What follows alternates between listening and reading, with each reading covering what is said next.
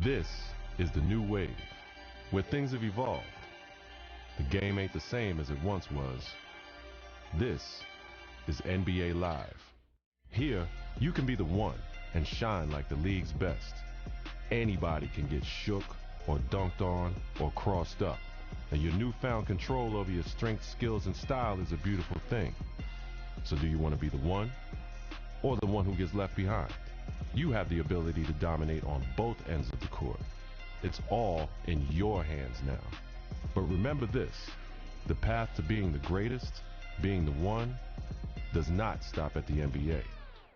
The game continues in the playgrounds, the schools, and the local gyms. This is where every real player developed their love for the game, where they paid their dues, earned their reps, and rode their own wave. From pickup games at the Rucker, to Pro-Am games at the Drew, to the bright lights of the NBA. The paths to greatness are limitless. And trust me, this game ain't the same. Are you ready to be the one?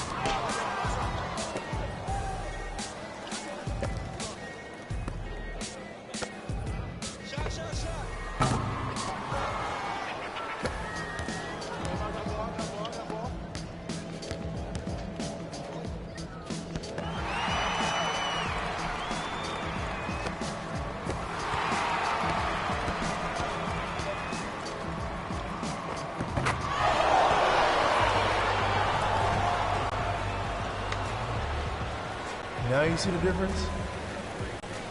You ready to be the one?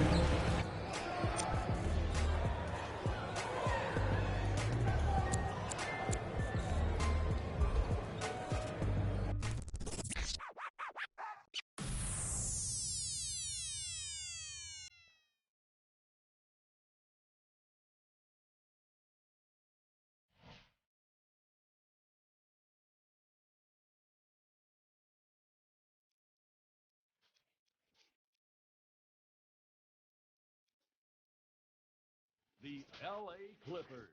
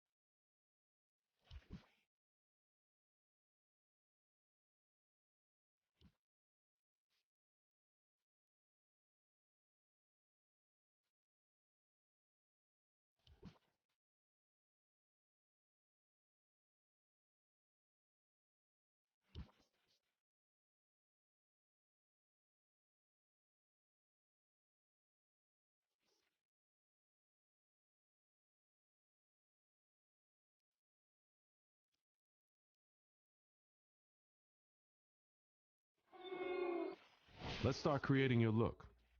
If you haven't already done so, download the GameFace HD app. Scan yourself and get your face in the game. Now it's time to decide what kind of player you want to be. First, let's choose your player type: guard, wing, or big.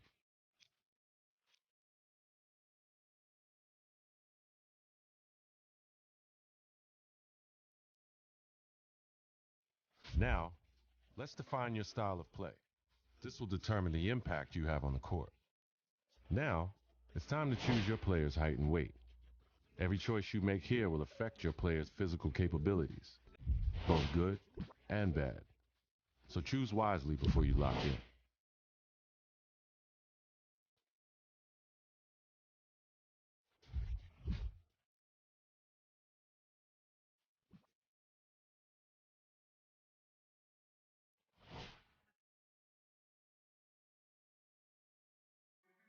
Like millions of other kids, you dreamed of one day being in the NBA.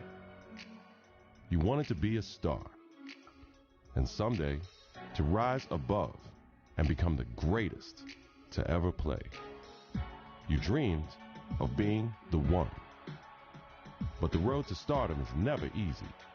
There are obstacles, injuries, and disappointments. Adversity is universal. It can happen to anyone at any time. And one day, it happened to you. You went from being a guaranteed lottery pick to a kid who may never even play college ball again.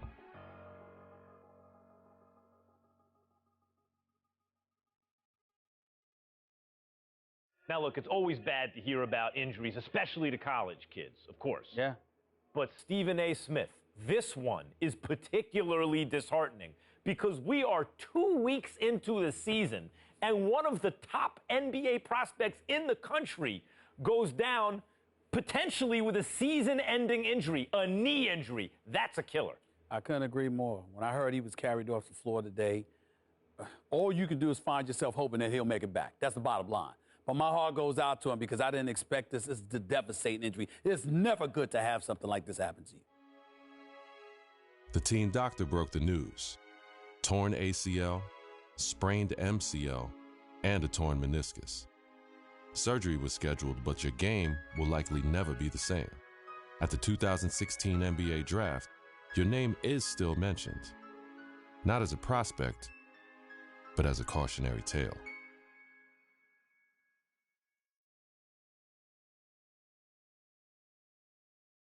Now, there's another huge story in this year's draft. A record number of underclassmen, 30 of them, undrafted. And I hope, anyway, that this is a lesson, this serves as an example to college players. I'm not talking about the ones who are genuinely one and dones, the guys you know are going to be lottery picks. I mean the rest of them. They're not sure shots. You're not sure they're going to be lottery picks.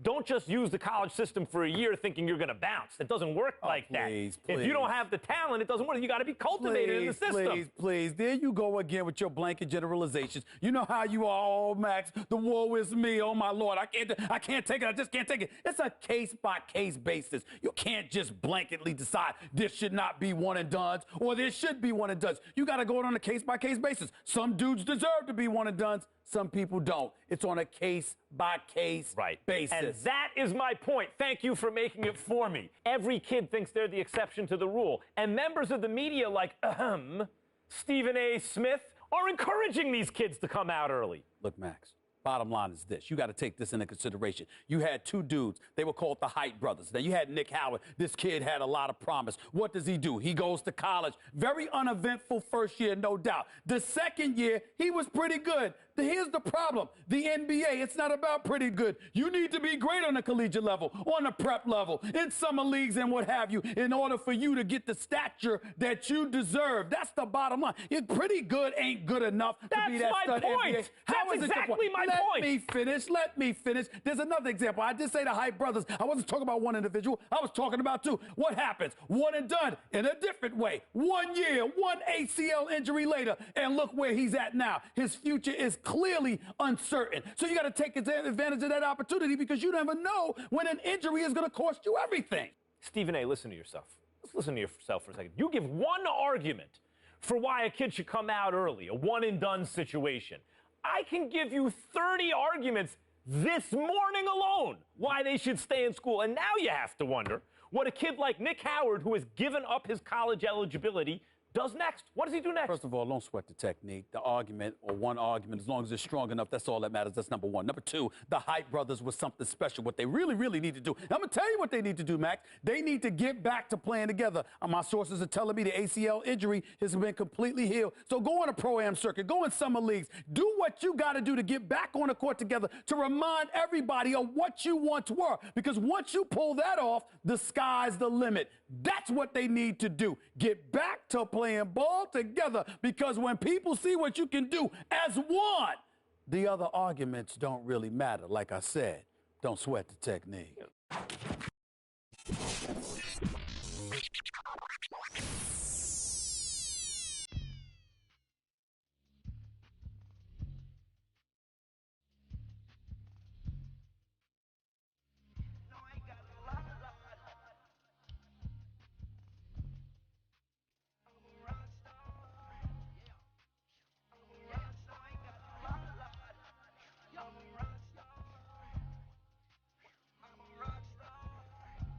Woke up to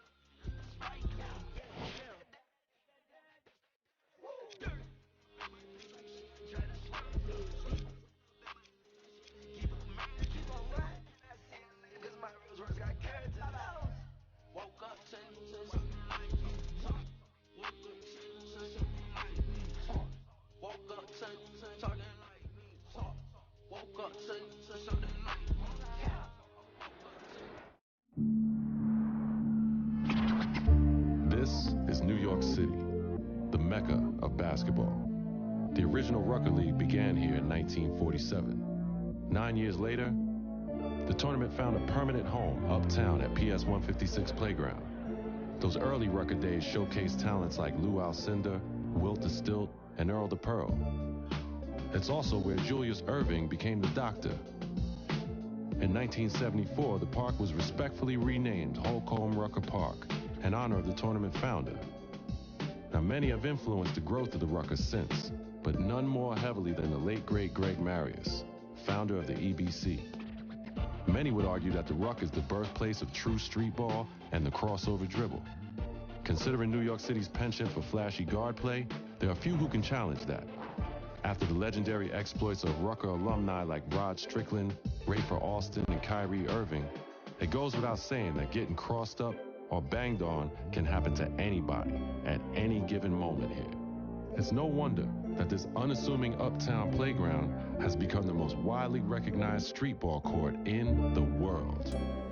Rucker Park, Harlem.